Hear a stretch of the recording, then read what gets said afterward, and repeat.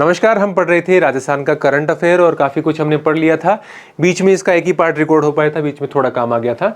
दूसरे पार्ट में हम इसके महत्वपूर्ण व्यक्ति और स्थानों के बारे में चर्चा करेंगे। बाकी हमने बहुत सारी चीज़ें पहले कवर कर ली हैं, आधा लगभग इसका पार्ट बाकी है जो इसके अंदर हम कवर कर लेंगे। खासतौर से हम पढ़ रहे हैं असिस्टेंट प्रोफेसर के एग्जाम के लिए। बाकी राजस्थान में कोई भी एग्जाम हो जो कि भविष्य में किसी 8-10 महीने के दौरान होने वाला हो तो आप इसको देख सकते हैं। तो चंबल हेरिटेज रिवर फ्रंट काफी चर्चा में रहा है। कोटा में कोटा बैराज से लेकर और नयापुरा पुलिया तक 2.75 किलोमीटर लंबा है। ये चंबल नदी के बना हुआ है, रिवर फ्रंट है तो किनारे पे ही होगा। तो रिवर फ्रंट का उद्घाटन 12 सितंबर को डॉक्टर सीपी जोशी के द्वारा किया गया। यहाँ एक बहुत बड़ी मूर्ति है और एक घंटा भी है जिससे संबंधित न्यूज़ मैंने पहले लिख दी थी। तो अनूप भरतरिया उनके द्वारा बनाई गई 42 मीटर ऊंची वियतनामी मार्बल से बनी चंबल माता की मूर्ति भी यहाँ पर स्थापित की गई है। रिवर फ्रंट के दोनों तटों पर 27 घाटों का निर्माण किया गया है। तो काफ़ी इंपॉर्टेंट न्यूज़ है, इसको आप थोड़ा सा ध्यान से देख लेना। गांधी दर्शन म्यूजियम ये जयपुर में बनाया जा रहा है और इसकी लागत है 100 करोड़ रुपए। सेंट्रल पार्क के अंदर है गांधी दर्शन म्यूजियम। मारवाड़ मेडिकल यूनिवर्सिटी ये राजस्थान की दूसरी हेल्थ यूनिवर्सिटी है। पहली यूनिवर्सिटी तो काफ़ी पहले से चली आ रही है जिसके बारे में तो आपको शायद पता ही होगा, RUHS Rajasthan university of health sciences, RUHS Jaipur के अंदर। ये तो पहली हेल्थ यूनिवर्सिटी है ही राजस्थान की। दूसरी अभी जो यूनिवर्सिटी है वो मारवाड़ मेडिकल यूनिवर्सिटी, ये जोधपुर में इसका शिलान्यास किया है मुख्यमंत्री ने और इसकी लागत है वो 500 करोड़ रुपए है। तो ये बहुत इंपॉर्टेंट है। राजनीतिक आख्यान संग्रहालय तो ये जो राजस्थान विधानसभा का डिजिटल म्यूजियम है, इसका नाम पूछा भी था, शायद मुझे याद आ रहा है कि किसी एग्जाम में इसका नाम पूछा था। इसका नाम क्या है? तो राजनीतिक आख्यान संग्रहालय है इसका नाम। और 15 सितंबर से ये आमजन के लिए खोला जाएगा और निःशुल्क देख सकते हैं वो। एक दिन इसमें छुट्टी रहेगी, वो होगा शनिवार। ये इस प्रकार के आप याद रखें। राजनीतिक आख्यान संग्रहालय 15 सितंबर से आमजन के लिए खोला गया इसको और शनिवार को इसमें अवकाश है। इसका नाम जरूर याद रखें आप। और ये मारवाड़ मेडिकल यूनिवर्सिटी दूसरी यूनिवर्सिटी है, 500 करोड़ रुपए लागत से जोधपुर में बन रही है। देश का दूसरा बाजरा अनुसंधान संस्थान, अभी ये जो इसका उद्घाटन हुआ है गुड़ामलानी में, देश की दूसरा बाजरा अनुसंधान संस्थान का शिलान्यास सितंबर में उपराष्ट्रपति श्री जगदीप धनखड़ ने किया है। 40 हेक्टेयर में बनने वाले इस संस्थान को बनाने में 8.45 करोड़ यानी 8 करोड़ 45 लाख रुपए खर्च होंगे। ये इससे पहले देश का एकमात्र जो बाजरा अनुसंधान संस्थान है वो हैदराबाद में स्थित था। दूसरा है वो गुड़ामलानी, बाड़मेर में, आप लिख सकते हैं इसको बाड़मेर में। ठीक है, बाड़मेर में ये है और उपराष्ट्रपति ने इसका शिलान्यास किया है। अब इसके बाद में है, ये भी उपराष्ट्रपति ने किया है बीकानेर में, क्षेत्रीय मूंगफली अनुसंधान केंद्र, बीकानेर में इसका उद्घाटन किया है उपराष्ट्रपति महोदय ने। फिर उसके बाद में है राज्य का पहला रेप्टाइल हाउस, सरीसृप से संबंधित आप कह सकते हैं। पहला रेप्टाइल हाउस है उदयपुर के सज्जनगढ़ बायोलॉजिकल पार्क में। उदयपुर के सज्जनगढ़ बायोलॉजिकल पार्क में बनने वाले राज्य के प्रथम रेप्टाइल हाउस का सितंबर माह में शिलान्यास किया गया है। इसमें विभिन्न प्रजातियों के सरीसृपों को रखने के लिए अलग अलग चैम्बर बनाए जा रहे हैं।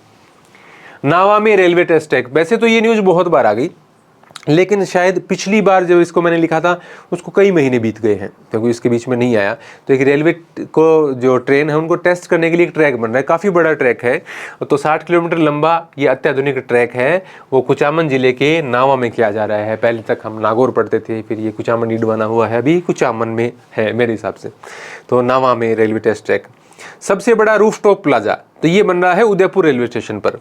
और अभी रेल मंत्री अश्विनी वैष्णव आए थे तो उन्होंने इसके निर्माण की जानकारी दी है। पिछले महीने आपने देखा भी होगा कि 508 रेलवे स्टेशनों को अत्याधुनिक बनाया जा रहा है और कायाकल्प किया जा रहा है उसका। अमृत भारत स्टेशन योजना पिछले महीने की PDF में था शायद, अमृत भारत स्टेशन योजना है, उसके अंदर 508 रेलवे स्टेशन को और उसके अंदर 55 रेलवे स्टेशन राजस्थान के शामिल हैं जिनका इस योजना के तहत कायाकल्प किया जाना है।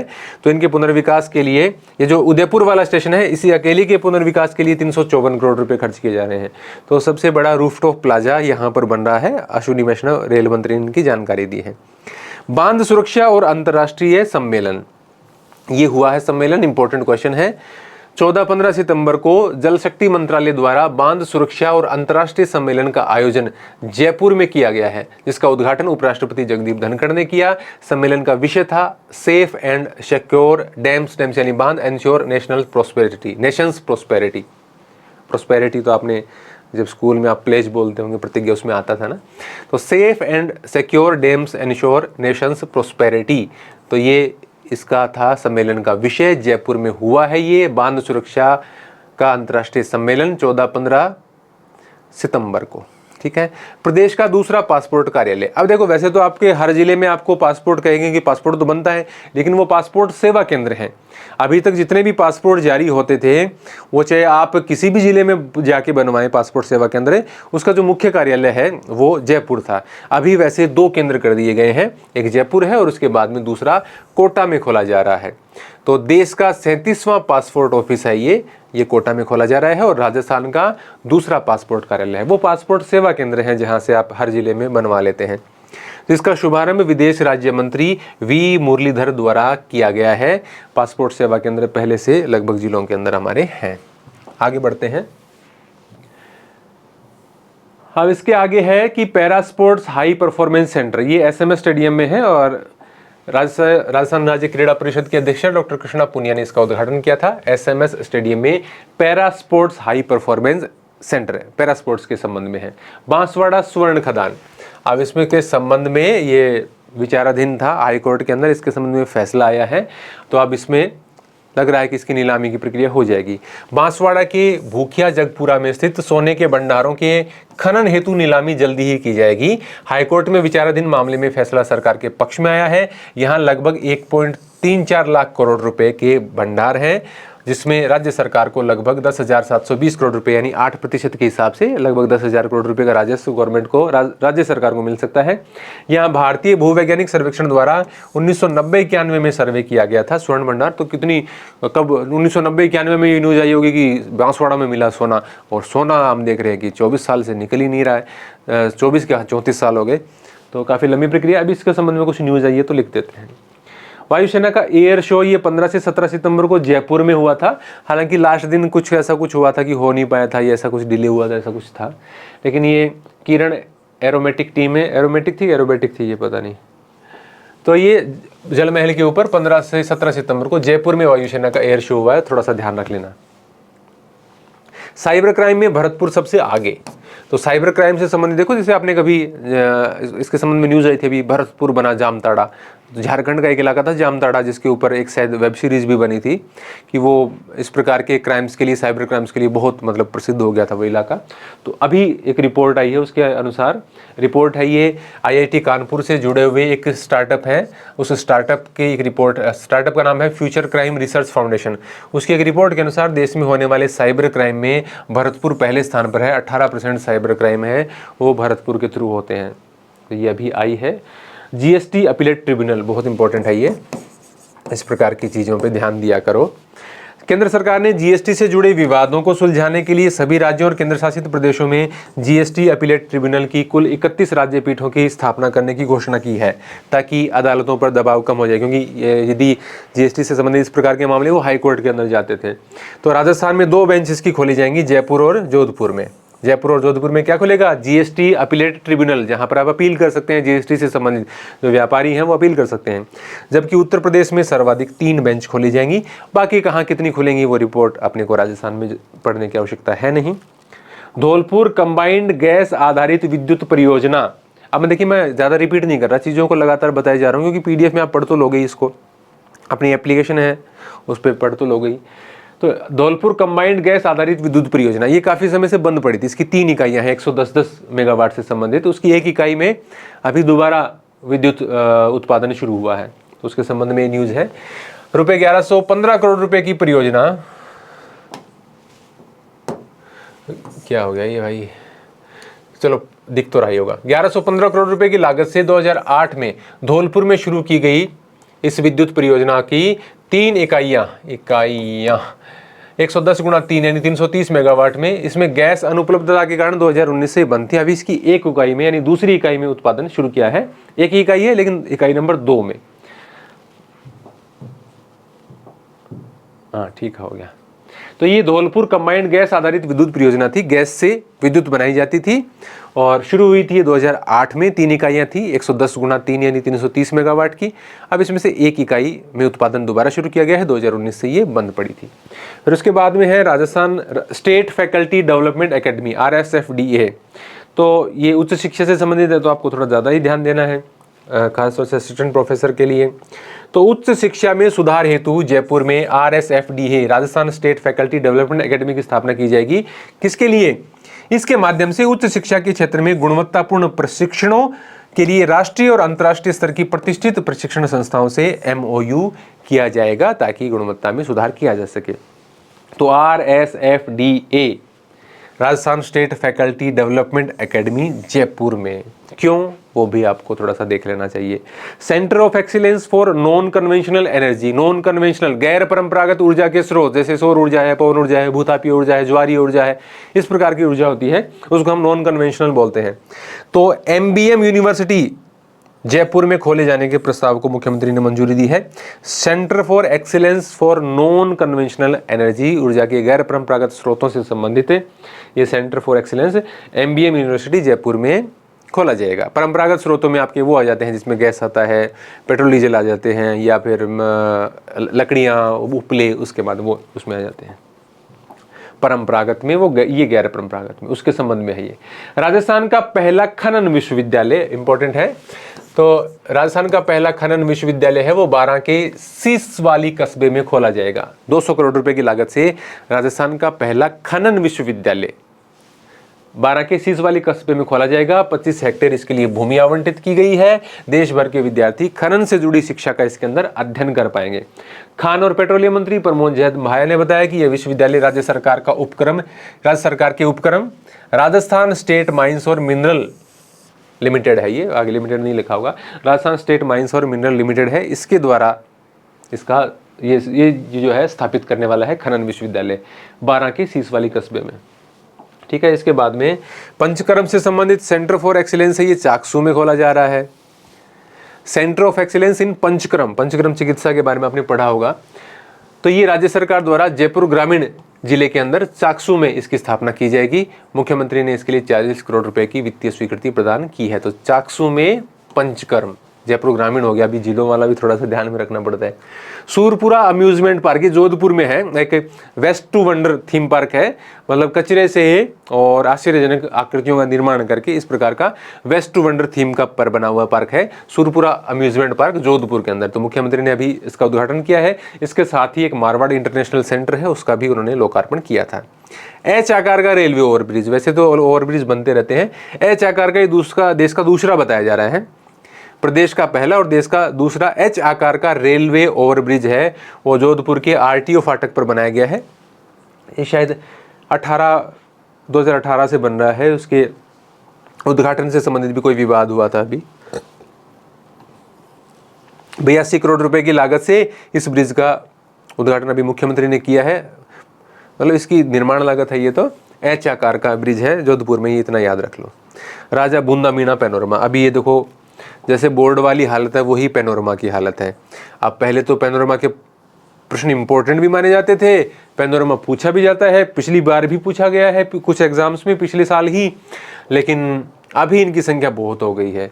तो इसी महीने मैंने देखा था काफ़ी सारे नाम थे, मैं नहीं लिख पाया उतने नामों को, मुझे लगा नहीं कि इतने लिखने जरूरी हैं। जो 2-3 मुझे इंपॉर्टेंट लगे वो मैंने यहाँ पे लिखे हैं।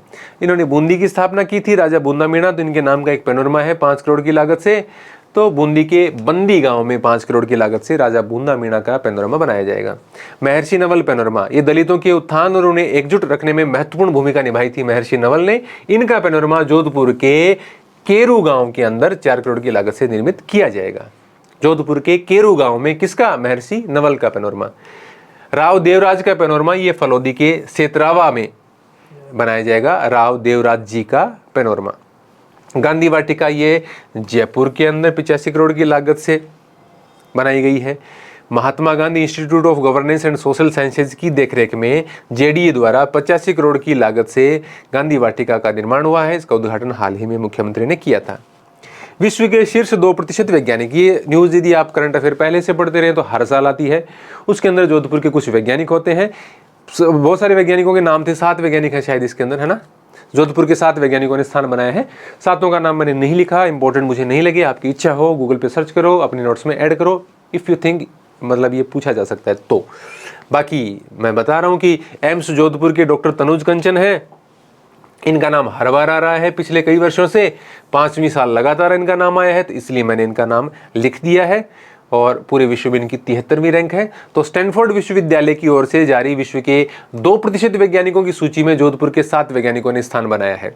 इसमें केंद्रीय सूक्ष्म क्षेत्र अनुसंधान संस्थान काजरी के 3, IIT के जोधपुर के 3 और एम्स के 1 वैज्ञानिक शामिल हैं। एम्स जोधपुर के डॉक्टर तनुज कंचन, ये लगातार 5 वर्षों से इनका नाम आ रहा है, तो मैंने इनका नाम लिख दिया, बाकी 6 आप लिख सकते हो यदि आपकी इच्छा है तो। फिर उसके बाद में है कुछ कुलपति नियुक्त किए गए हैं। 3 ये नाम है। अल्पना कटेजा को राजस्थान यूनिवर्सिटी की कुलपति बनाई गई है। राजस्थान यूनिवर्सिटी की पहली स्थायी महिला कुलपति है ये। महिलाओं की बात करें तो पहली बार कोई स्थायी कुलपति महिला पहली बार नियुक्त हुई है, पुरुष तो रह ही चुके हैं काफ़ी। तो राजस्थान यूनिवर्सिटी की वैसे 44वीं कुलपति हैं अल्पना कटेजा।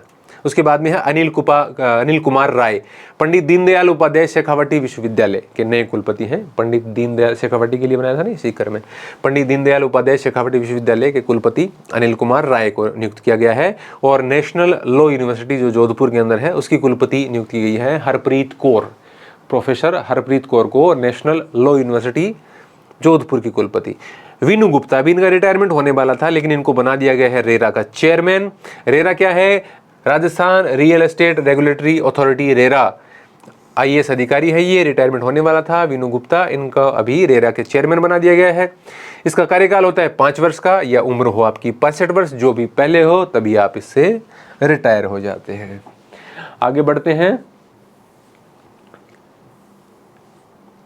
कुमारपाल गौतम राजस्थान आवासन मंडल के नए आयुक्त। वैसे तो देखो विभिन्न प्रकार के आयुक्त वगैरह बनते ही रहते हैं। ये क्यों लिखा है? क्योंकि इनके जो पहले आयुक्त थे पवन अरोड़ा काफ़ी फेमस रहे थे, उन्होंने पीछे VRS ले लिया था और उनके कार्यकाल में 35 से अधिक शायद पुरस्कार भी मिले हैं राष्ट्रीय अंतर्राष्ट्रीय। तो अभी इनका कुमारपाल गौतम जी को राजस्थान आवासन मंडल में आयुक्त बनाया गया है। 24 फरवरी 1970 को राजस्थान आवासन मंडल की का वचन क्या लिख दिए, राजस्थान आवासन मंडल है, ये कई बार ऐसे हो जाता है।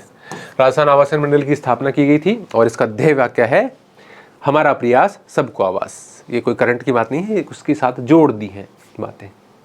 तो कुमारपाल गौतम राजस्थान आवासन मंडल के आयुक्त बनाए गए हैं। डॉक्टर प्रदीप सिंह राजपुरोहित, इनको त्रिनिदाद और टोबैगो में भारत का अगला उच्चायुक्त नियुक्त किया गया है। उच्चायुक्त देखो, एक कई बार आपको नाम आता है राजदूत और कई बार नाम आता है उच्चायुक्त। तो जो राष्ट्रमंडल देशों के सदस्य हैं जिन पर कभी ब्रिटिश शासन रहा है, तो राष्ट्रमंडल देशों के सदस्य आपस में जो नियुक्त करते हैं उसको तो हम बोलते हैं उच्चायुक्त, हाई कमिश्नर। और जो राष्ट्रमंडल देशों के सदस्य नहीं हैं, जैसे कि आप US में नियुक्त करेंगे या कोई और, जैसे स्पेन में नियुक्त करेंगे, फ्रांस में नियुक्त करेंगे, तो वहाँ आप नियुक्त करेंगे राजदूत, उसको बोलेंगे राजदूत, एम्बेसडर बोलेंगे अंग्रेजी में। और ये होगा उच्चायुक्त, हाई कमिश्नर। रैंक एक ही है इनका, मतलब एक ही है। राष्ट्रमंडल देशों से, राष्ट्रमंडल देशों का कोई देश है तो उसके अंदर उच्चायुक्त, राष्ट्रमंडल देशों के अलग इतर कोई देश है तो उसमें राजदूत नियुक्त होता है। तो इनका नाम, राजदूत तो हर देश में नियुक्त हो रहे हैं, उच्चायुक्त तो हर हो ही रहे, तो इनका नाम क्यों लिखा गया है कि राजस्थान के मूल निवासी हैं, IFS इंडियन फॉरेन सर्विस के अधिकारी हैं, भारतीय विदेश सेवा के। तो इनको त्रिनिदाद और टोबैगो का गणराज्य में भारत का अगला उच्चायुक्त नियुक्त किया गया। त्रिनिदाद टोबैगो, आपने जो उत्तरी अमेरिका और दक्षिण अमेरिका के बीच में जो वेस्ट इंडीज जिसको बोलते हैं, कैरिबियाई द्वीप समूह, वहाँ पर है ये देश। वेस्ट इंडीज़ की आपने क्रिकेट टीम को भी देखी हो, तो वेस्ट इंडीज़ कोई देश नहीं है, उसके अंदर कई सारे देशों की क्रिकेट टीम खेलती है, जैसे त्रिनिदाद एंड टोबैगो है, उसके अंदर जमैका है जो यूसेन बोल्ट धावक है उन वाला देश, जमैका है, सेंट किट्स और नेविस है, उसके अंदर बारबाडोस है। इस प्रकार के कई उसके अंदर देश हैं। उन सभी देशों की मिलकर एक बोर्ड बना हुआ है वेस्ट इंडीज़ का, उसके नाम से क्रिकेट टीम खेलते हैं। तो वहाँ यह ये त्रिनिदाद और टोबैगो नामक देश, वहाँ के उच्चायुक्त नियुक्त गए हैं डॉक्टर प्रदीप सिंह राजपुरोहित, जो राजस्थान के मूल निवासी हैं। उसके बाद में है नीरू यादव, हॉकी वाले सरपंच के नाम से मशहूर हैं, झुंझुनू के लांबी आहिर गाँव की सरपंच है ये। हाल ही में कौन बनेगा करोड़पति में इन्होंने भाग लिया था, हालांकि थोड़ा सा हल्का क्वेश्चन लग रहा है, लेकिन लिख देने में क्या बुराई है। मेले, समारोह, सम्मेलन और अभियान, अंतर्राष्ट्रीय साक्षरता दिवस मनाया गया 8 सितंबर, और कोई भी डे आपको जैसे भी अखबार वगैरह में आता है तो ध्यान रखा करो। 8वां उदयपुर फिल्म फेस्टिवल 30 सितंबर से 2 अक्टूबर तक आयोजित हुआ।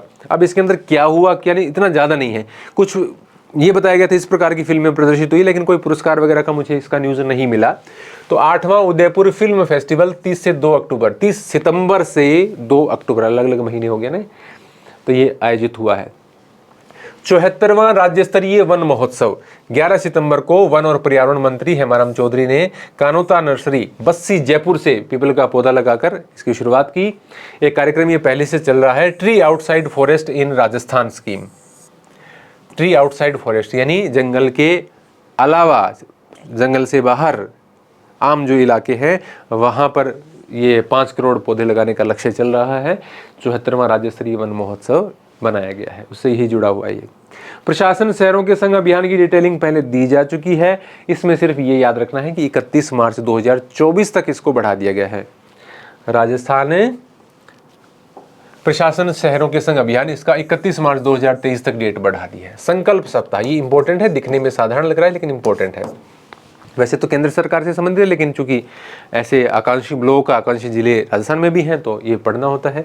तो नीति आयोग द्वारा आशान्वित ब्लॉक कार्यक्रम, पहले आशान्वित जिला कार्यक्रम चल रहा था, के तहत राजस्थान के 27 ब्लॉक्स में 3 से 9 अक्टूबर को सबकी आकांक्षाएं सबका विकास थीम के साथ संकल्प सप्ताह मनाया जाएगा।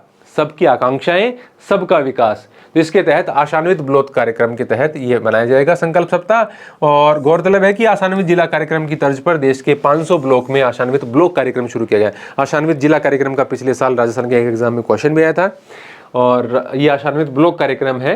संकल्प सप्ताह भी मनाया जाएगा, थीम होगी सबकी आकांक्षाएं सबका विकास। 27 ब्लॉक्स हैं राजस्थान के, देश के 500 ब्लॉक है।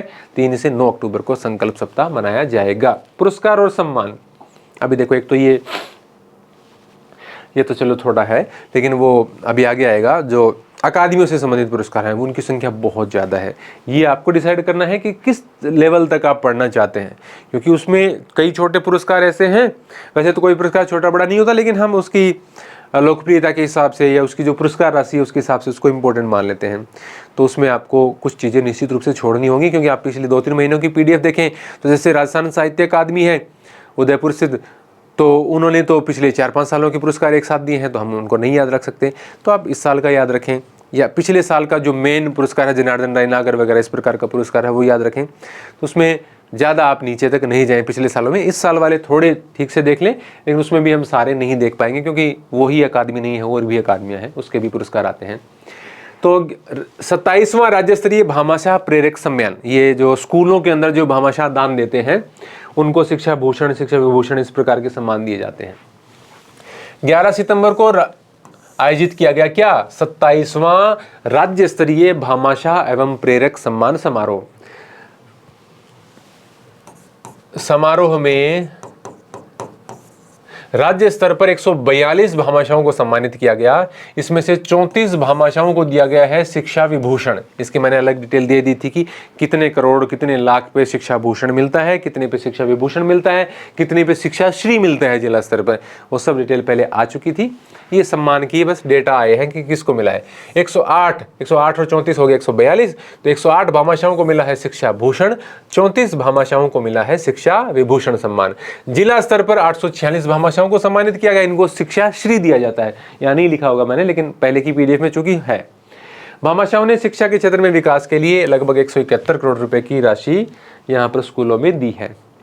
हिंदी सेवा पुरस्कार, 14 सितंबर को हिंदी दिवस के राज्य स्तरीय कार्यक्रम का उद्घाटन डॉक्टर BD कल्ला के द्वारा किया गया। हिंदी साहित्य विधा में अलग अलग विधाएं हैं, तो एक विधा तो है हिंदी साहित्य विधा, उसमें डॉक्टर फतेह सिंह भाटी को उनकी कृति उमा दे के लिए पुरस्कार दिया गया है। हिंदी सेवा पुरस्कार डॉक्टर BD कल्ला ने इसका उद्घाटन किया। राज्य स्तरीय प्रोग्राम हुआ था 14 सितंबर को हिंदी दिवस के अवसर पर।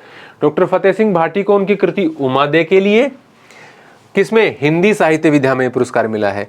जबकि विज्ञान विधा में राज विनोद बोथले को उनकी कृति नौ संचालन उपग्रह प्रणाली का एक परिचय, इस विज्ञान विधा में इनको दिया गया है, वो हिंदी सेवा पुरस्कार की श्रेणी में है। और कृषि विधा में डॉक्टर सत्यवीर सिंह और रामविलास को उनकी पुस्तक आधुनिक तकनीकी द्वारा किसानों की आय वृद्धि के लिए दिया गया है। अब इसमें कहाँ तक जा सकते हैं वो आप देखें, बहुत इंपॉर्टेंट है ऐसा तो मैं नहीं कहूँगा, लेकिन लेटेस्ट का है इसलिए थोड़ा हमने लिख दिया। तो इसमें प्रत्येक विधा में 50,000 रुपये का चेक दिया जाता है, प्रमाण पत्र दिया जाता है, अंग वस्त्र और एक पौधा भेंट किया जाता है। इसके अलावा माध्यमिक शिक्षा बोर्ड राजस्थान की माध्यमिक और उच्च माध्यमिक परीक्षाओं में हिंदी विषय में 100% अंक लाने वाले, 100 में से 100 लाने वाले हिंदी 10वीं और 12वीं में बोर्ड परीक्षाओं में ऐसे विद्यार्थियों की संख्या थी 440, उनको सम्मानित किया गया है इस अवसर पर। हिंदी दिवस के जो राज्य स्तरीय कार्यक्रम था उसके अंदर। इसके अलावा इस अवसर पर विभाग द्वारा प्रकाशित विभागीय पत्रिका भाषा विमर्श के हिंदी विशेषांक का विमोचन शिक्षा मंत्री के द्वारा किया गया है। विभागीय पत्रिका है, उसका अंक आया है भाषा विमर्श नाम से विशेषांक, उसका विमोचन किया गया। अभी राजस्थान साहित्य अकादमी पुरस्कार पीछे बहुत आ लिए, पिछली पीडीएफ्स मैंने लिखे भी हैं क्योंकि हमें पता नहीं था 2023-24 की घोषणा हो जाएगी क्या, तो उसमें आप इतना ज़्यादा ध्यान मत नहीं देना। 2023-24 वालों पर आप ज़्यादा ध्यान देना, इनके पिछले वर्षों के पुरस्कार आप इतने ज़्यादा मत पढ़ना, पिछली पीडीएफ्स में हो तो भी उतना मत पढ़ना। 22-23 का आप मुख्य कोई 1-2 पढ़ सकते हैं, बाकी ज़्यादा पढ़ने की आवश्यकता नहीं है। 23-24 के आप ध्यान देना। अब इसके अंदर है मीरा पुरस्कार। सबसे पहले एक इसमें इंपॉर्टेंट बात यह है कि ये जो सम्मान समारोह है राजस्थान साहित्य अकादमी उदयपुर में स्थित है। हर बार उदयपुर में समारोह होता है, पहली बार चूरू में समारोह हुआ है क्योंकि अभी अकादमी के जो राजस्थान साहित्य अकादमी के जो अध्यक्ष हैं डॉक्टर दुलाराम साहड़, वो चूरू से संबंधित हैं, उन्होंने पहली बार ये कार्यक्रम उससे बाहर करवाया है। तो पहली बार पुरस्कार वितरण, अच्छा ये हो सकता है कि दूसरे स्थानों पर हुआ, लेकिन चूरू में पहली बार हुआ है, उससे बाहर शायद हो चुका हो, मैंने शायद ज़्यादा बोल दिया होगा, थोड़ा सा देख लेना, क्योंकि वो मैं कंफर्म नहीं हूँ कि उदयपुर से बाहर ही कभी नहीं हुआ, लेकिन चूरू में कभी नहीं हुआ ये तय है। चूरू में पहली बार हुआ है। अब इसके बाद में कौन कौन से पुरस्कार है? मीरा पुरस्कार ये मिला है जयपुर के रत्न कुमार सांबरिया को। उनका उपन्यास कौन सा है? सांप। सांप के लिए रत्न कुमार सांबरिया जयपुर के लिए मीरा पुरस्कार मिला है। उसके बाद में साहित्य मनीषी पुरस्कार ये अकादमी के पूर्व अध्यक्ष वेद व्यास को मिला है। जनार्दन राय नागर पुरस्कार ये भी इंपॉर्टेंट होता है, आलोचक डॉक्टर रणजीत सिंह को दिया गया है जनार्दन राय नागर पुरस्कार। सुधींद्र पुरस्कार ये दिया गया है उदयपुर के चेतन औदिच्य को, कविता संग्रह पानी के लिए दिया गया है। रांगे राघव पुरस्कार जालोर के पुरुषोत्तम पोमल को उनके उपन्यास पाषाण पुत्री छत्राणी हीरा दे को दिया गया है।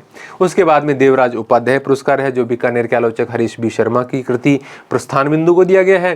कन्हैयालाल सहल पुरस्कार है जो जयपुर के राघवेंद्र रावत की डायरी मारक लहरों के बीच उसके लिए दिया गया है।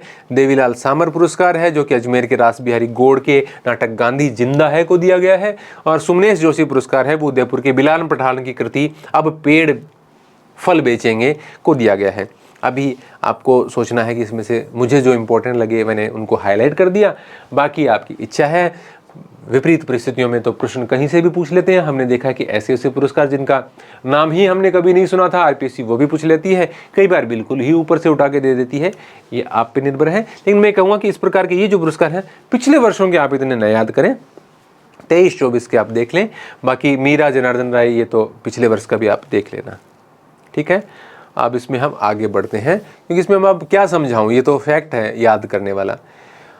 अब इसके अलावा पिछले महीने भी न्यूज़ आई थी कि राजस्थान साहित्य अकादमी कुछ पुरस्कारों को दोबारा शुरू करने वाली है, जो बंद हो चुके हैं अभी फिर शुरू करने वाली है। ऐसे 2 पुरस्कार, 2 नए और 2 जो पहले बंद हो चुके थे, ऐसे 4 पुरस्कार उन्होंने बताए हैं। विजय सिंह पथिक साहित्यिक पत्रकारिता पुरस्कार और आलम शाह खान अनुवाद पुरस्कार, मरुधर मृदुल युवा पुरस्कार, प्रभा खेतान प्रवासी साहित्य पुरस्कार, ये 4 पुरस्कार और देने शुरू करेगी। यानी आपको अगले वर्ष से 4 प्रश्न और याद करने होंगे। गुलशन ग्रोवर आपने फिल्मों में देखा होगा, खासतौर से नेगेटिव रोल्स में। 30 सितंबर को जयपुर में आयोजित हुए Rajasthan film festival Jaipur important है, 30 सितंबर को जयपुर में आयोजित हुआ है और इसके अंदर लाइफ टाइम अचीवमेंट पुरस्कार है, ये दिया गया है गुलशन ग्रोवर को। अभिनेता हैं। RFF राजस्थान फिल्म फेस्टिवल का 11वां संस्करण अभी आयोजित हुआ है जयपुर के अंदर और इसमें अभिनेता गुलशन ग्रोवर को ये लाइफ टाइम अचीवमेंट अवार्ड दिया गया है। चौथा Rajiv Gandhi lifetime achievement award, ये किशोर रुंगटा हैं, क्रिकेट से संबंधित थे। जयपुर में RC एकेडमी में हुए कार्यक्रम में, राजस्थान क्रिकेट एकेडमी का कार्यक्रम है, उसमें किशोर रुंगटा को ये चौथा Rajiv Gandhi lifetime achievement पुरस्कार दिया गया है। ब्रज भाषा रचनाकार सम्मान समारोह, तो राजस्थान ब्रज भाषा अकादमी की ओर से 5 साहित्य विधाओं, आलेख विधा, समस्या पूर्ति विधा, लघु कथा विधा, संस्मरण विधा और लोक विधा में कुल 15 विजेताओं को पुरस्कार दिए गए हैं। यानी हर विधा में 3, 5, 15 हो गए और प्रथम विजेता को 11, दूसरे को 7100, तीसरे को 3100। लेस इंपॉर्टेंट है बाकी जो अकादमियों से संबंधित पुरस्कार हैं, क्योंकि इसमें पुरस्कार राशि भी ज़्यादा नहीं है, चर्चित भी ज़्यादा नहीं होता है, तो इसलिए मैंने इन विधाओं के जो पुरस्कारों के विजेता के नाम थे वो मैंने नहीं लिखे हैं, सिर्फ इसका शॉर्ट में ही यहाँ पे विवरण दिया गया है। संस्कृत साधना शिखर पुरस्कार। बिड़ला ऑडिटोरियम में आयोजित समारोह में डॉक्टर बीडी कल्ला ने विभाग द्वारा प्रकाशित श्रावणी पत्रिका का विमोचन किया। कार्यक्रम में उन्होंने संस्कृत साधना शिखर सम्मान के लिए चयनित विद्वान पंडित सावरमल शर्मा को 1 लाख रुपए पुरस्कार राशि। तो संस्कृत साधना शिखर सम्मान किसको दिया गया है? पंडित सावरमल शर्मा को। पुरस्कार राशि कितनी है? 1 लाख रुपए। और दूसरा है संस्कृत साधना सम्मान, एक है संस्कृत साधना शिखर सम्मान और दूसरा है संस्कृत साधना सम्मान। ये मिला है डॉक्टर दीर्घराम रामस्नेही और डॉक्टर गजानन मिश्र को। इसमें 51 हज़ार रुपए की राशि याद की है। तो कम से कम शिखर सम्मान तो आप जरूर याद रखना। फिर उसके बाद में है संगीत नाटक अकादमी। राजस्थान संगीत नाटक अकादमी जोधपुर है, एक केंद्रीय संगीत नाटक अकादमी, उसका भी एक पुरस्कार है। तो राजस्थान संगीत नाटक अकादमी जोधपुर के सर्वोच्च अकादमी रत्न सम्मान से वरिष्ठ नाट्य निदेशक उदयपुर के भानु भारती को सम्मानित किया गया है। उदयपुर के भानु भारती को क्या पुरस्कार दिया गया है? राजस्थान संगीत नाटक अकादमी पुरस्कार का सर्वोच्च अकादमी रत्न सम्मान दिया गया है। तो संगीत नाटक अकादमी रत्न पुरस्कार इनको दिया गया है। 1 लाख रुपए का चेक इन्हें दिया गया है मुख्यमंत्री की ओर से। तो इंपॉर्टेंट है भाई, ये थोड़ा आप इनको बिल्कुल हल्के में मत लेना। संगीत नाटक अकादमी अमृत अवार्ड, तो ये सेंटर से संबंधित है। देश भर के 84 कलाकारों को 1 लाख रुपए का ये प्रतिष्ठित अवार्ड प्रदान किया गया है। 84 कलाकार थे इंडिया के, 1 लाख रुपए का पुरस्कार है। इसमें राजस्थान के 4 कलाकार हैं। संगीत नाटक अकादमी अमृत अवार्ड 2023। सरताज नारायण माथुर थिएटर से संबंधित हैं। भारत रत्न भार्गव ये थिएटर से संबंधित हैं। हाकिम खान है ये लोक संगीत से संबंधित हैं। गिरधारी महाराज ये कथक से संबंधित हैं। इन 4 लोगों को जो कि राजस्थान से संबंधित हैं, इनको संगीत नाटक अकादमी अमृत अवार्ड से नवाजा है केंद्रीय संगीत नाटक अकादमी ने। मिस अर्थ इंडिया, इसके अंदर 2 हैं। देखो, एक तो है सीकर की प्रियन सेन, इनको जेएनयू दिल्ली में ये मिस अर्थ इंडिया प्रतियोगिता आयोजित हुई थी, इसके अंदर ये विजेता रही हैं। सीकर की प्रियन सेन ये बन गई है मिस अर्थ इंडिया। और दूसरी है प्रवीणा आंजना, ये बनी है मिस इंटरनेशनल इंडिया 2023। तो 2 नाम हो गए, अच्छे ठीक ही क्वेश्चन है ये। प्रियन सेन हो गई मिस अर्थ इंडिया 2023 और प्रवीणा आंजना हो गई मिस इंटरनेशनल इंडिया 2023। तो ये आप देख लेना। बेस्ट विलेज टूरिज्म अवार्ड, ग्रामीण पर्यटन को बढ़ावा देने के लिए पर्यटन मंत्रालय ने श्रेष्ठ पर्यटन गांव प्रतियोगिता आयोजित की थी।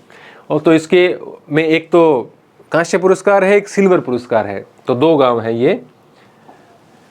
तो ये बढ़ावा देने के लिए पर्यटन मंत्रालय ने श्रेष्ठ पर्यटन गांव प्रतियोगिता आयोजित की थी। विश्व पर्यटन दिवस के अवसर पर इसमें राष्ट्रीय स्तर पर उदयपुर का मेनार गांव, ऐसे लिख लेना इसको, उदयपुर मेनार गांव का, ऐसा नहीं उदयपुर, अच्छा ठीक है, उदयपुर के मेनार गांव का सिल्वर कैटेगरी में चयन किया गया है। तो मेनार गांव उदयपुर। और दिल्ली के प्रगति मैदान में आयोजित इस कार्यक्रम में इस गांव के सरपंच प्रमोद कुमार ने अवार्ड ग्रहण किया। इसके अलावा श्री महावीर जी करौली का गांव है औरंगाबाद, उसको कांस्य पदक दिया गया है। तो सिल्वर मेडल तो मिला है उदयपुर के मेनार गांव को, और जो आप ब्रॉन्ज मेडल उसको कहते हैं कांस्य पदक, उसको मिला है औरंगाबाद गांव। ये श्री महावीर जी करौली का गांव है। पर्यटन से संबंधित हो गया ये। राष्ट्रीय सेवा योजना अवार्ड NSS अवार्ड है।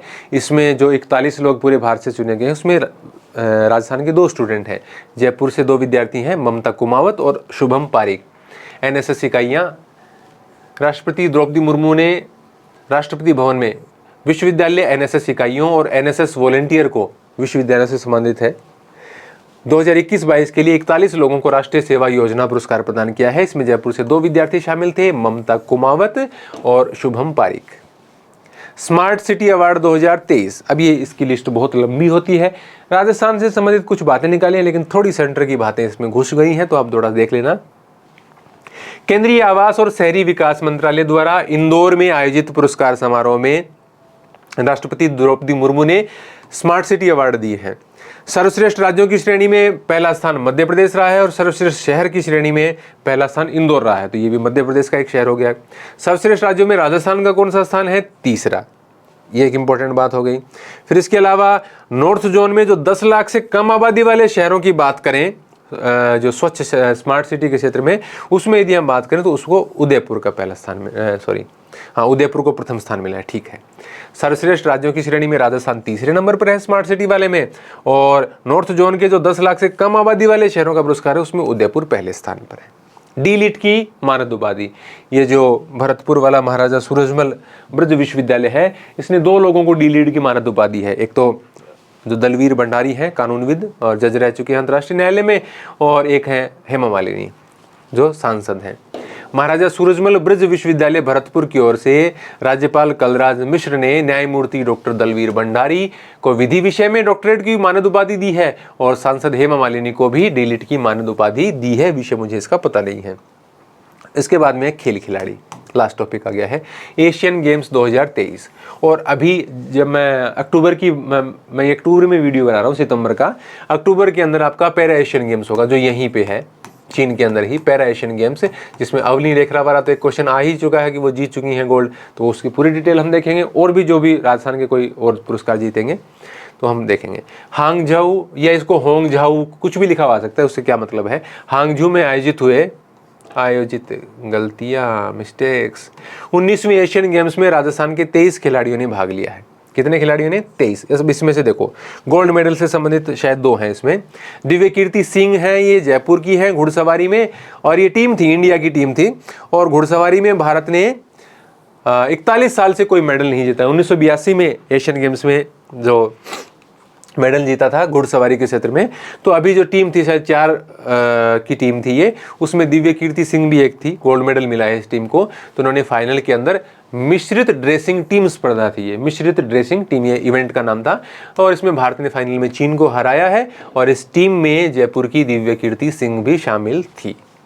दिव्यांश सिंह पवार, ये 10 मीटर एयर राइफल टीम स्पर्धा, ये भी खिलाड़ियों की टीम है, उसका ये हिस्सा थे दिव्यांश सिंह पवार। तो जयपुर के दिव्यांश सिंह पवार भी इसमें शामिल थे और इनको भी ये स्वर्ण पदक मिला है। तो ये 10 मीटर एयर राइफल ये भी देखा करो, आजकल स्कोर तक पूछ लेते हैं। अनंतजीत सिंह, उनियारा टोंक के अनंतजीत सिंह एकल स्कीट है, ये स्कीट SKEET होता है, SKEET स्कीट शूटिंग स्पर्धा में रजत पदक जीता है। जो होता है ना उसमें कई वैसे तस्तरियाँ सी उछालते हैं हवा में गोली चलाना, वैसा कुछ स्पर्धा है ये स्कीट शूटिंग स्पर्धा। तो नियारा टोंक के हैं अनंतजीत, इनको रजत पदक मिला है। इसके अलावा रजत पदक में अर्जुनलाल जाट है, शाहपुरा के अर्जुनलाल ने रोइंग में, जो नदी के अंदर वो चलाते हैं नाव, light weight double sculls team स्पर्धा में इन्होंने रजत पदक जीता है, ये भी उस टीम में थे। लेखराम खिलेरी और बाबूलाल यादव, ये इनकी डबल की ही टीम थी, पेयर था ये। तो बीकानेर के लेखराम और नीम का थाना के बाबूलाल ने कॉक्सलेस पेयर रोइंग में कांस्य पदक जीता है। तो ये थोड़े आप देख लेना क्योंकि लेटेस्ट का है और गेम्स भी एशियन है, कोई बिल्कुल छोटे गेम नहीं है। तो दिव्य कीर्ति सिंह घुड़सवारी में थी जयपुर की, इन्होंने स्वर्ण जीता है। Divyansh Singh Pawar 10 metre air rifle में थे, इन्होंने स्वर्ण पदक जीता है। अनंतजीत सिंह उनियारा टोंक के हैं, इन्होंने एकल स्कीट शूटिंग स्पर्धा में रजत पदक जीता है। अर्जुनलाल जाट, इन्होंने रोइंग में टीम स्पर्धा में, रोइंग जो नाव चलाने वाला है उसके अंदर रजत पदक जीता है। और लेखराम खिलेरी और बाबूलाल यादव, इसमें से लेखराम बीकानेर के हैं और दूसरे जो बाबूलाल हैं वो नीम का थाना के, इन्होंने भी रोइंग के अंदर, ये कॉक्सलेस पेयर तो क्या याद रहेगा, कांस्य पदक जीता है। फिर उसके बाद में है south Asian youth games. Sri Lanka में आयोजित इस प्रतियोगिता में जयपुर से कमांडो हिम्मत सिंह राठौड़, भानु सिंह शेखावत और अंजू चौधरी ने भारत की तरफ से इसमें भाग लिया है। साउथ एशियन यूथ गेम्स किसने किसमें पदक जीता है? हिम्मत सिंह राठौड़ ने जित कुंडू, वैसे देखिए हिंदी के अखबारों में या पत्रिकाओं में जित कुंडू लिखा हुआ आता है, ये कुछ और ही है, जीत है, जित भी नहीं है, जीत है, ये जित ओ कुंदे ऐसा सा कुछ है, कुनादे ऐसा, मतलब मेरे को याद नहीं, और कुछ नाम है इसका, मतलब इसको आपको कोई ज़्यादा याद रखनी है, जित कुनादे ऐसा कुछ है, मतलब जित ओ कुंदे ऐसा कुछ, तो ये थोड़ा सा याद रख लेना। हिम्मत सिंह ने, इन्होंने तो इसके अंदर, और बाकी जो 2 नाम है, एक अंजू चौधरी है, एक वो भानु सिंह है, या लिखा हुआ मैंने, तो इन्होंने जित कुंडू में जीता है। भानु सिंह ने स्वर्ण पदक है तीनों, भानु सिंह ने, शेखावत ने शॉर्टपुट में, शॉर्टपुट देखो वो गोला कंधे पे रख के फेंका जाता है, एक तो हैमर होता है जिसके अंदर वो गोल घुमा के फेंका जाता है, ये कंधे पे रख के और घूम के ऐसे आके फेंका जाता है, वो वाला शॉर्टपुट है ये। अंजू चौधरी ने 1500 मीटर में स्वर्ण पदक जीता है, ये जो युवा वाला गेम है एशियन वाला। फिर उसके बाद में है यश चिकारा और नाओबा सिंह, नेपाल में हुए अंडर 19 SAFF सैफ गेम्स में, south Asian football federation games है, तो उसमें इस टीम में है ये राजस्थान के 2 खिलाड़ी, यश चिकारा और नाओबा सिंह, वो राजस्थान का एक क्लब था ना वो पीछे जो फुटबॉल क्लब में काफ़ी चर्चित भी रहा था, उसके 2 खिलाड़ी हैं ये, यश चिकारा और नाओबा सिंह। तो ये सैफ गेम्स में अंडर 19 टीम के अंदर थे। Para world shooting championship, Peru की राजधानी, जो दक्षिण अमेरिकी एक देश है पेरू, उसकी राजधानी लीमा में चल रहे पैरा वर्ल्ड शूटिंग चैंपियनशिप में खैरथल अलवर निवासी निहाल सिंह ने 2 कांस्य पदक जीते। ये व्यक्तिगत स्पर्धाओं में, और टीम स्पर्धा में इन्होंने 1 स्वर्ण पदक जीता है। व्यक्तिगत स्पर्धाओं में 2 कांस्य, टीम स्पर्धा में 1 स्वर्ण जीता है। कौन है ये? खैरथल अलवर निवासी Nihal Singh. Para world shooting championship Peru की राजधानी लीमा में। फिर उसके बाद में है सीनियर नेशनल जूडो चैंपियनशिप 2023, 1 से 4 अक्टूबर को ये एसएमएस स्टेडियम में हुई। अब इसमें कौन जीता कौन हारा न्यूज़ मिली ही नहीं, काफ़ी देर ट्राई किया न्यूज़पेपर्स में, वेबसाइट्स के ऊपर, पता नहीं, बस इतना ही था कि ये प्रतियोगिता हुई है। तो जयपुर में हुई senior national judo championship 2023 SMS stadium में। खेलो इंडिया वुमेन लीग, अब इसमें देखो खेलो इंडिया वुमेन लीग है, इसके अंदर राजस्थान एथलेटिक्स संघ की ओर से 1 दिवसीय खेलो इंडिया वुमेन लीग का आयोजन किया गया एसएमएस स्टेडियम में। इसमें 100 मीटर और 200 मीटर में दोनों में जयपुर की डोना है वो पहले स्थान पर रही। ज़्यादा इम्पोर्टेंट लग तो नहीं रहा है, देख लो। राजीव गांधी ग्रामीण व शहरी ओलंपिक खेल इम्पोर्टेंट है, हालांकि इसका जो परिणाम है उतना इम्पोर्टेंट नज़र नहीं आ रहा है, लेकिन कब शुरू हुआ है, राज्य स्तरीय खेल कब हुए हैं, कहाँ हुए हैं, जैसे जोधपुर में हुए अब की बार राज्य स्तरीय खेल हैं। और ग्रामीण ओलंपिक में कौन कौन से खेल हैं, और शहरी ओलंपिक में कौन कौन से खेल हैं, पुरुषों के लिए कौन से हैं, महिलाओं के लिए कौन से हैं, वो पहले जिक्र हो चुका है जब ये पंचायत पे और नगर पालिका क्षेत्रों के आधार पे ये वार्डों में शुरू हुए थे, तो उसकी डिटेलिंग पहले दी जा चुकी है। अभी राज्य स्तरीय का रिजल्ट आया है तो उसके संबंध में डेटा मैंने यहाँ पे लिख दिया है, आप एक बार देखना चाहो तो इसको देख सकते हो। तो ये छोटा करने दो थोड़ा, रुको भाई। अब देखो इनकी राज्य स्तरीय प्रतियोगिता का आयोजन हुआ है 25 से 28 सितंबर को। कहाँ पर हुआ है, इंपॉर्टेंट है, जोधपुर के अंदर। सर्वाधिक पदक इसमें जीते हनुमानगढ़ जिले के खिलाड़ियों ने। अब देखो पुरुष और महिला के अलग अलग ये इकट्ठा हुआ है अब ग्रामीण शहरी का। तो टेनिस बॉल क्रिकेट में पुरुषों में जीता है दूदू और महिलाओं में जीता है हनुमानगढ़ जिला। वॉलीबॉल में पुरुषों में जीता है चूरू और महिलाओं में जीता है हनुमानगढ़ जिला। कबड्डी में पुरुषों में जीता है चूरू लगातार दूसरी बार, और कबड्डी में जीता है जयपुर। फुटबॉल में जीता है पुरुषों में झुंझुनू और महिलाओं में हनुमानगढ़ की टीम। बास्केटबॉल में बाड़मेर और महिलाओं में सीकर की टीम। और ये अलग, ये तो 5 तो एक जैसे थे महिलाओं पुरुषों के। फिर पुरुषों का है शूटिंग बॉल, उसमें हनुमानगढ़ की टीम जीती है, और महिलाओं का खो खो है उसमें नीमका थाना की टीम जीती है। फिर उसके बाद में है रस्सा कस्सी, ये महिला वर्ग के लिए थी रस्सा कस्सी, और इसमें नागौर की टीम जीती है, ठीक है। इसके अलावा एथलेटिक्स में 100, 200 और 400 मीटर की दौड़ थी, तो उसमें पुरुषों का अलग है, महिलाओं का अलग है। तो पुरुषों में आप देखो ये मुझे लग नहीं रहा कि इतने इंपॉर्टेंट है, और हैं तो फिर कौन याद रखेगा। अब 100 मीटर, 200 मीटर, 400 मीटर में राजपाल जाट, सूरज सांवरिया और लोकेश पारिक, ये भीलवाड़ा, पाली और अजमेर के। अब इसको मैं कैसे याद कराऊँ मुझे नहीं पता। और ये 3 हैं, इन्होंने पुरुष वर्ग में जीता है, और महिला वर्ग में 100, 200 मीटर में शीतल चौहान बीकानेर, 200 मीटर में एकता हनुमानगढ़, और 400 मीटर में सुमित्रा अनूपगढ़। अब ये लिख दिया है, क्यों लिख दिया है, क्योंकि ये न्यूज़ में आया था तो हमने लिख दिया, और इम्पोर्टेंट नहीं लग रहा है फिर भी क्यों लिख दिया, क्योंकि कल को आ जाए तो हम ये लगा दें कि हमारे नोट्स में से आ गया। सीधी सी बात है, सीधी बात, नो बकवास, ऐसा ही होता है। देखो क्योंकि मैं पहले क्या करता था कि जब मैं करंट अफेयर पढ़ाया करता था तो मैं शॉर्ट में नोट्स दिया करता था, बहुत छोटा, मतलब ये जो 7 पेज की PDF है इसको मैं 4 में निपटाता था, इसमें जो गैर जरूरी है वो मैं उसको उड़ा देता था, क्योंकि मैं खुद भी ऐसे ही पढ़ता हूँ। मैं लोगों को पढ़ने की सलाह भी ऐसे ही देता हूँ कि जो अननेसेसरी लगे उसको पहले ही रिमूव कर दो, उसको पढ़ना ही नहीं है ना। जो लगे, अगर आप और तैयारी आपकी ठीक है, टाइम कम है, मैटर ज़्यादा है, अननेसेसरी चीज़ों को छोड़ दो, या फिर आपके अंदर ऐसी समझ होनी चाहिए। इसीलिए मैं बीच बीच में बताता हूँ वीडियो के अंदर कि ये कम इंपॉर्टेंट है, उस पर ध्यान नहीं देना, चलते चलते पढ़ जाओ, दोहराना नहीं, मतलब अंडरलाइन दूसरी चीज़ों को हाईलाइट जो किया हुआ है उस पर, या कुछ अपनी तरफ से और इम्पोर्टेंट लगा लो, ठीक है। तो उसमें दोहराना ईजी हो जाता है, क्योंकि ऐसा है कि बहुत सारी चीज़ें यदि हम याद करने लग जाएंगे तो जो कुछ ज़रूरी चीज़ें हैं वो भी भूल जाएंगे, और हमारा मैटर है वो पीछे रह जाता है।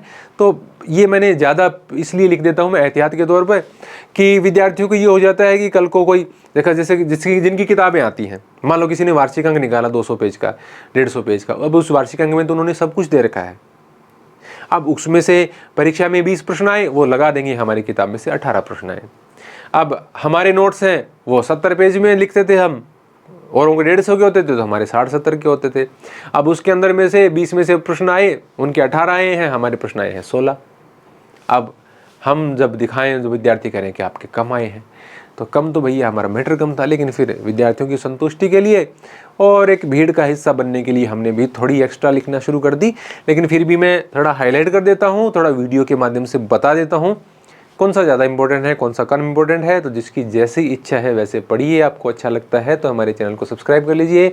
आपको वीडियो कैसा लगा है कमेंट में ज़रूर बताएं, कोई सुझाव हैं तो बताएं, लाइक एंड कमेंट कर दिया करें, अच्छा लगता है। धन्यवाद।